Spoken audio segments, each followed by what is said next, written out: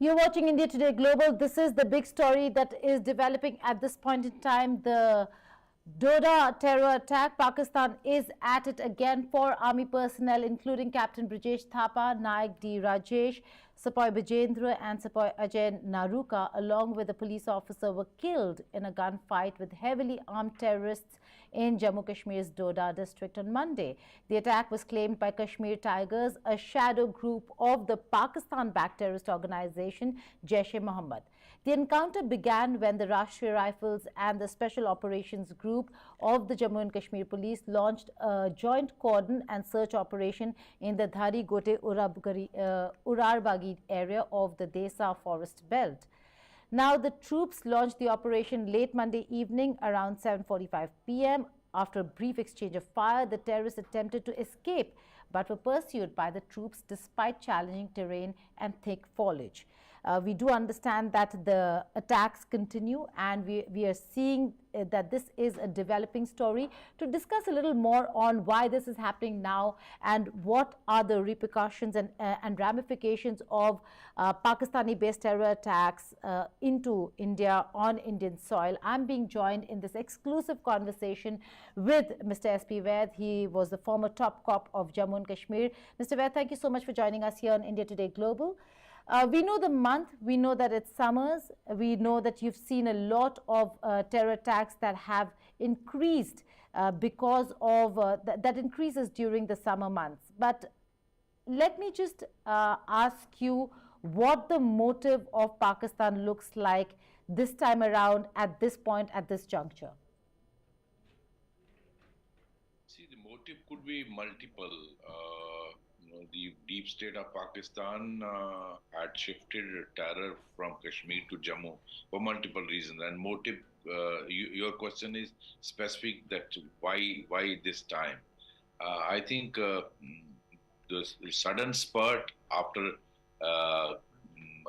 having a lot of incidents in Rajouri Poonch in last one and a half year was the initial attack happened in Riyasi, if you recall, on Yatri bus coming from Shiv Khodi, when Prime Minister's new cabinet was getting sworn in.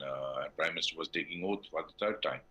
And after that, you saw a series of incidents, one in Kathua, Hiranagar, then Udhumpur, a VDC man was killed. Kathua, Hiranagar, 2 foreign terrorists were killed.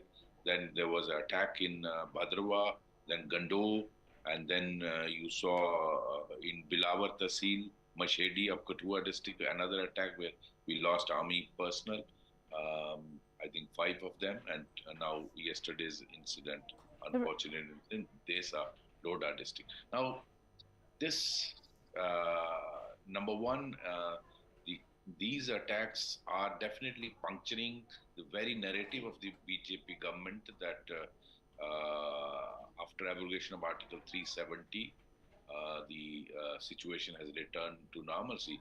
No doubt about it's in Kashmir. Kashmir Valley had actually seen a lot of improvement on all parameters. Then, if you recall, about 3 years back, how targeted killing was started to counter this narrative. And after that, it took about a year for the police to overcome, completely get over that also.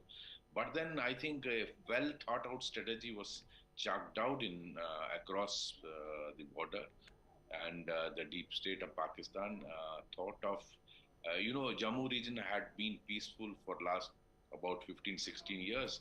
I think I was IG Jammu from 2004 to 2008. Exactly. I think after 2007, 8 onwards, there was absolutely, this region was terrorism free.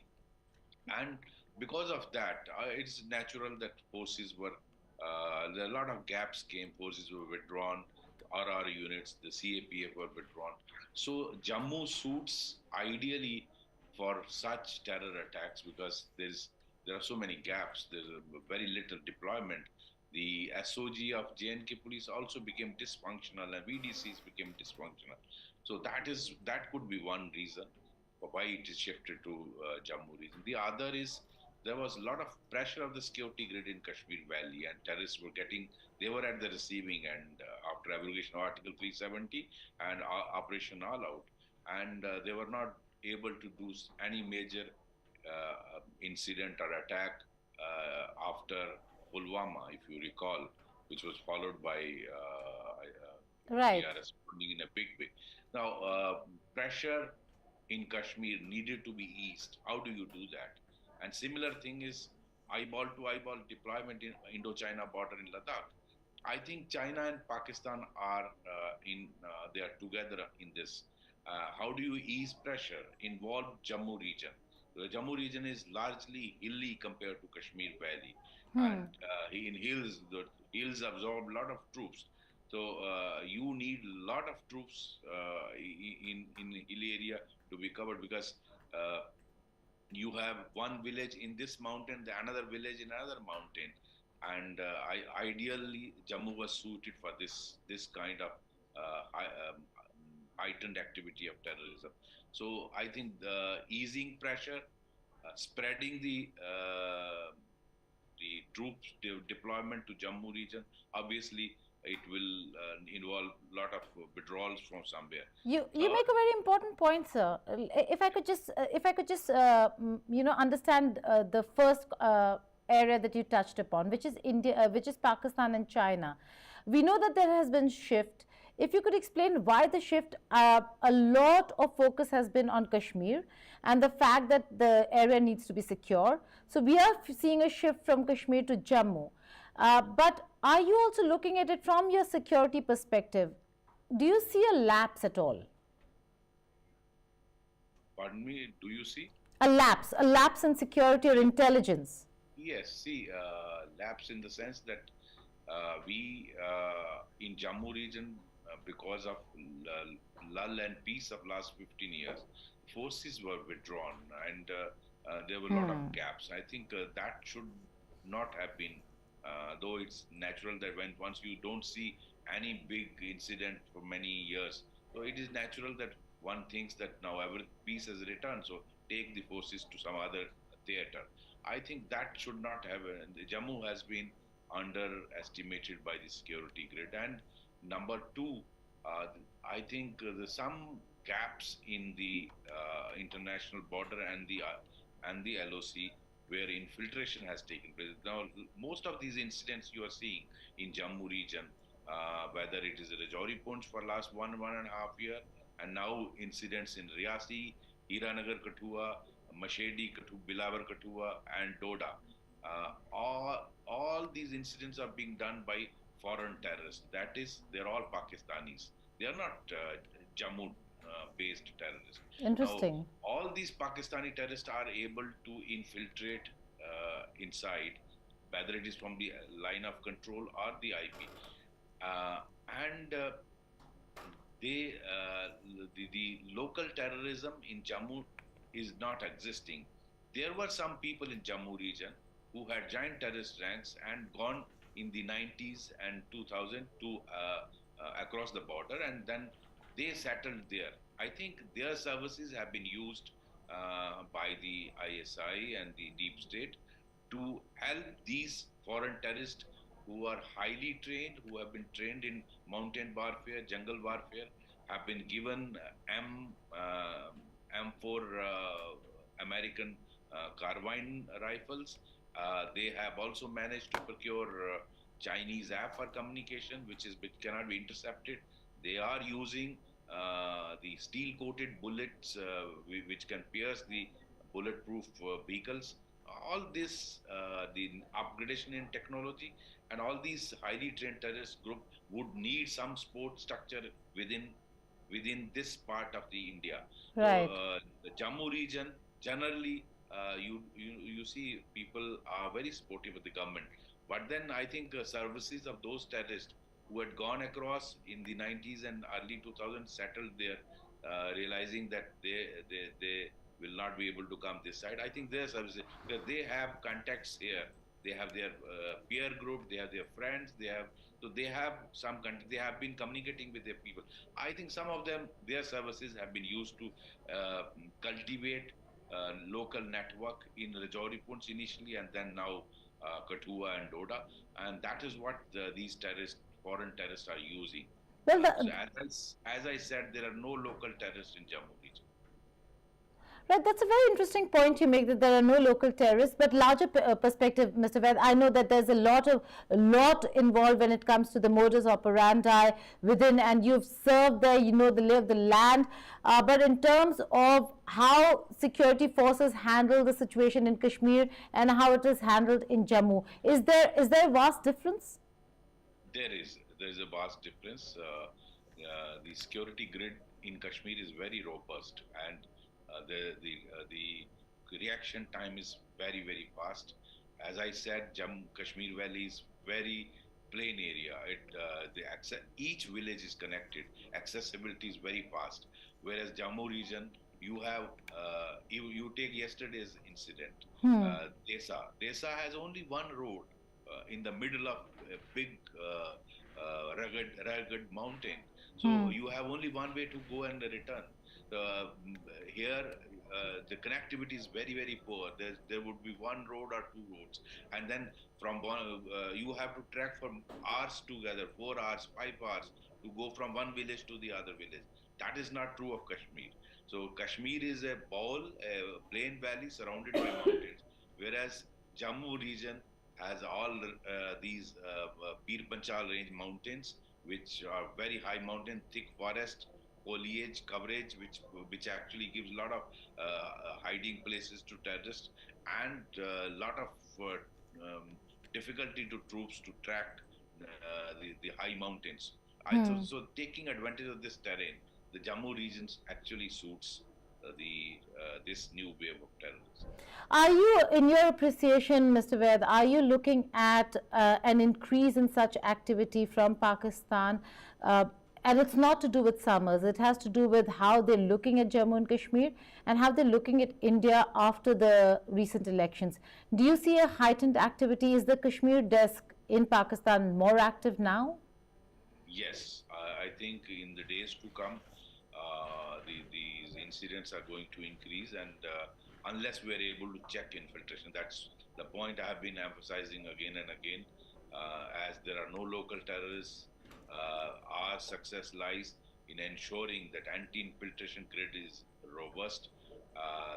But we must accept this. This is a fact. All these incidents, the spurt in these incidents have happened because these terrorists were able to infiltrate either from the LOC or from the IB sector, and that's why you are seeing all these incidents. Once these terrorists are eliminated, if we are able to stop any more infiltration, you will be able to succeed in restoring peace. But then, if they are able to push in more terrorists from the IB or the LOC, I think you are going to see a spurt in activities in the days to come.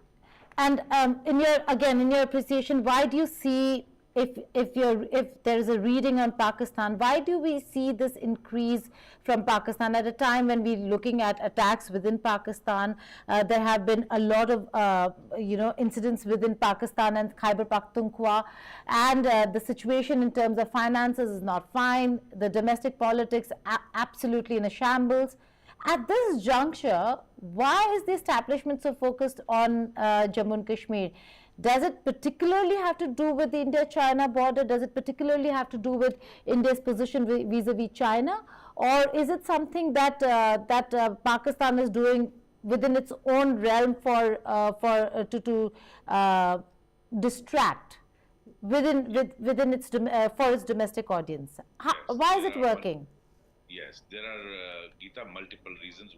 One is definitely nexus between China and Pakistan. China doesn't want India to be global power, and whatever could be done with the services of Pakistan deep state to stop India's march from becoming a big global power and big economy, which China is seeing as a competitor. That is number one. And it is facing tough time on the Ladakh border, so it doesn't want that situation to remain. Number two, Pakistan itself, within its own territory, has suffered huge, whether it is TTP or BLA or other groups, Pakistan is getting a lot of hit, and the new army chief would like that there's a diversion to the people, showing them that look, incidents are taking place in Kashmir and Jammu Kashmir, and how we are able to do all this, because that sells in Pakistan, and Exactly. it actually will strengthen his position. So I'm told he is also his term is ending. He is looking for extension also. I think all those factors definitely have a reason behind this spurt in Jammu and Kashmir. I know you're really short of time, so before I let you go, my final question to you. How do you see, and what would your opinion or recommendation be for the security forces in taking on the Pakistani establishment when it comes to the infiltration bids, the heightened situation at the border, and security situation at the border, and the heightened interest in having Pakistan-based militants and terrorists enter India, and why are they doing it right now? See, Geeta, my personal view is, I think number one priority for India should be to ensure that we strengthen our anti-infiltration grid. Wherever there are gaps, they are identified. You have a very dubious neighbor. That is your bad luck and unfortunate. The only thing they can give to the world is terrorism, and that's what they have gifted. And they have no dearth of terrorists. They may be down economically, they may be down politically, socially, but their intentions, I have no doubt, there is no change in their intentions. They would continue with the same policy of bleeding India by 1,000 cuts. And I think we need to take all precautions that no more infiltration takes place, particularly in Jammu region. That needs to be ensured if you want peace to return. So I think the BSF leadership and the army leadership, both in the IB and LOC sector, must ensure that this does not happen.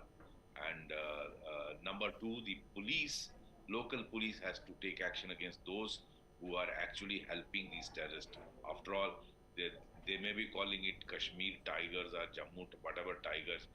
We all know it is Jaish-e-Mohammed of Pakistan. And a foreigner, Pakistani, would not know.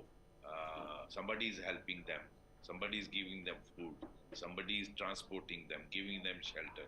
I think such people need to be identified, and local police need to go after them.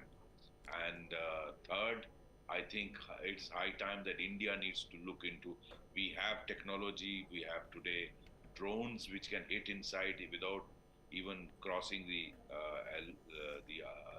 LOC. And I think wherever there are launching pads and training centers must be destroyed. It's high time India responds. I think that there's a limit to which you can test the patience of a country. It's high time India responds. That's a clear message coming in from Mr. S.P. Vaid. Thank you so much, sir, for joining us here on India Today Global. Now, that's the big story we'll be tracking through the day. The Doda encounter is part of a spate of terror activities in the region. On July 14th, the Indian Army foiled an infiltration bid along the line of control in Kupwara district, killing 3 terrorists. On July 8th, 5 army personnel were killed and 5 others injured in an ambush on an army convoy in Katwa district. On July 6th, 6 terrorists were killed in twin gunfights in Kulgam district, with 2 soldiers losing their lives. On 26th of June, 3 terrorists were killed in Doda in another gun battle with security forces. That's the situation on the ground. But what's happening right now in Jammu is something we'll have to focus on, and we have Mir Farid bringing us this ground report on what's happening, what's the security forces, what are the security forces doing, and what is the Pakistan angle in all this. The fact that it's a Pak-based terror organization that has claimed responsibility. Listen in to this report.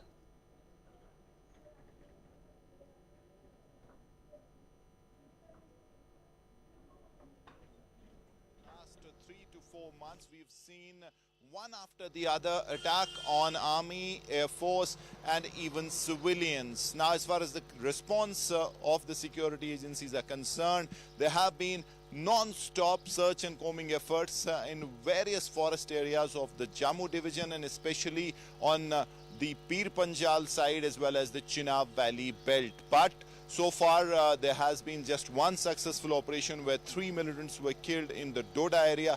But ever since we've seen be it ambushes against the army or ambush against the search party of the army that goes into the forest area, the militants have succeeded in inflicting casualties. Now, as far as the sources in the security apparatus are concerned, they say that this is a well thought out strategy as far as the Kashmir desk that's working overtime on the other side. Last 5-6 years, while the government of India security agencies were focused on bringing normalcy in Kashmir, we've seen Article 370 was abrogated, and post that there was an effort as far as the security agencies, and especially when you talk of the terror ecosystem, you talk of the finances, the Hawala channels, they were choked, they act as oxygen to subversive activity. To add to that, separatist leadership was arrested and a large-scale crackdown was done against stone pelters, resulting in peace as far as Kashmir is concerned, where right now tourism, which is considered as an indicator of normalcy, is flourishing.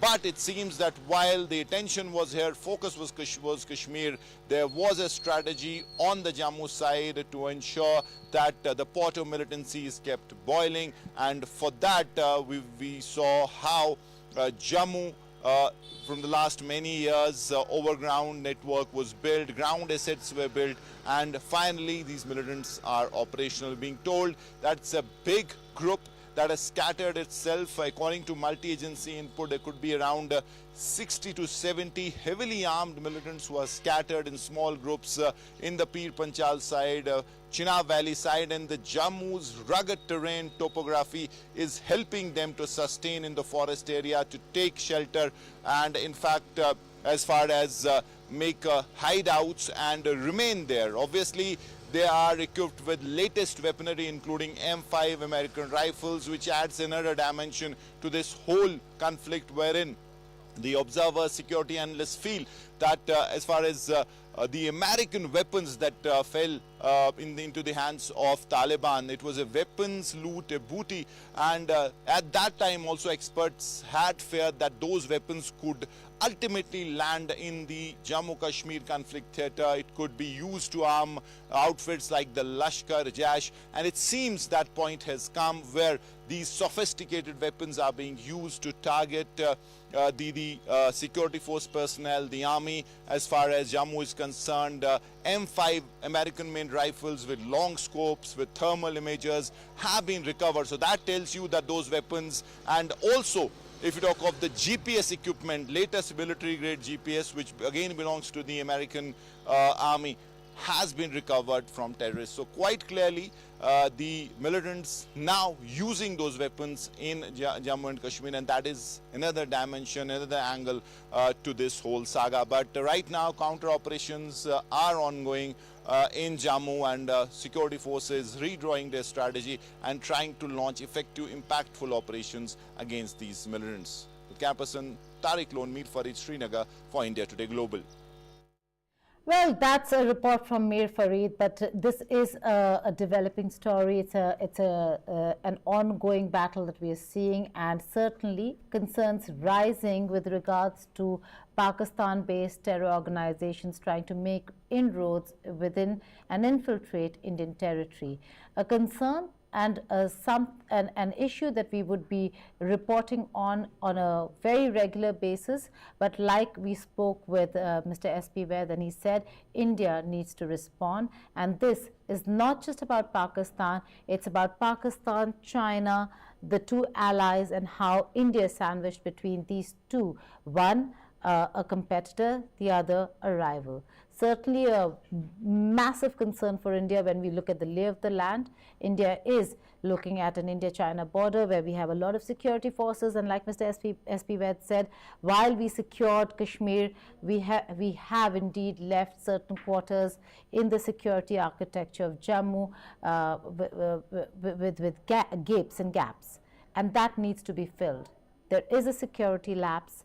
what really happened. The security forces would be looking into that, and we'll be reporting on that as well. On that note, it's a goodbye from me for now. Thank you for watching India Today Global.